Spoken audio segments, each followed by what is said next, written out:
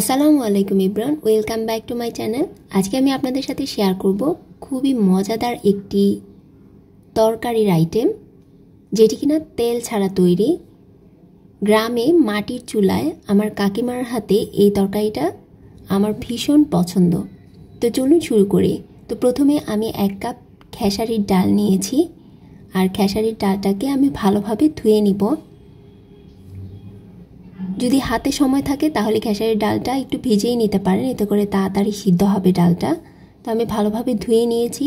এখন পর্যাপ্ত পরিমাণ পানি দিয়ে আর স্বাদ মতো লবণ দিয়ে আমি এটাকে চুলায় বসিয়ে দিব। চুলায় বসিয়ে এটা সিদ্ধ করে নেব। এটা আমি মাটির চুলায় রান্না করব।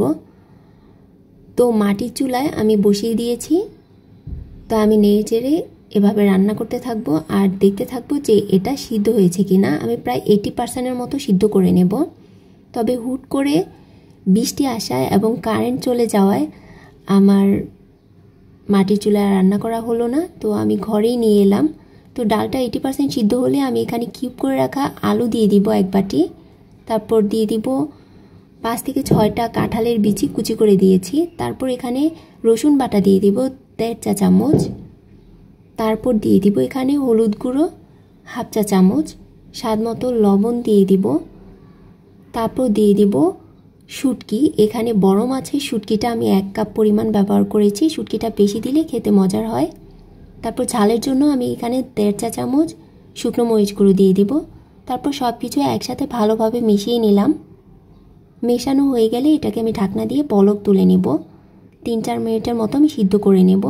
আর এখানে কুমড়ো পাতা নিয়েছি। কুমড়ো পাতাগুলো আমি ভালোভাবে ক্লিন করে ধুয়ে কেটে নিয়েছি।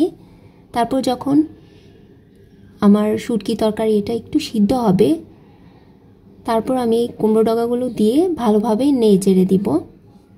ভালোভাবে নেড়ে চেড়ে মিশিয়ে চুলার আঁচটা মিডিয়াম হাই হিটে রেখে আমি এটাকে জাল করব যতক্ষণ না পর্যন্ত কুমড়ো ডগা সব কিছু ভালোভাবে সিদ্ধ হয়ে যায়।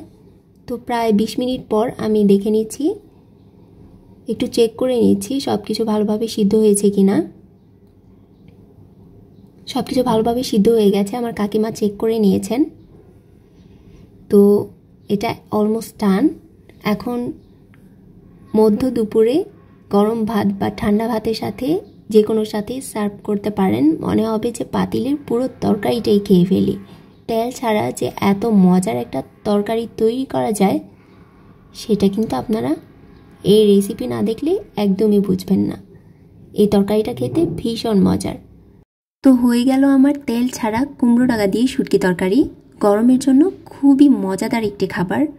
গরমে কিন্তু অতিরিক্ত তেল মশলা এই জাতীয় খাবারগুলো আমরা অ্যাভয়েড করে চলি। তো এটা তৈরি করে খেতে পারেন।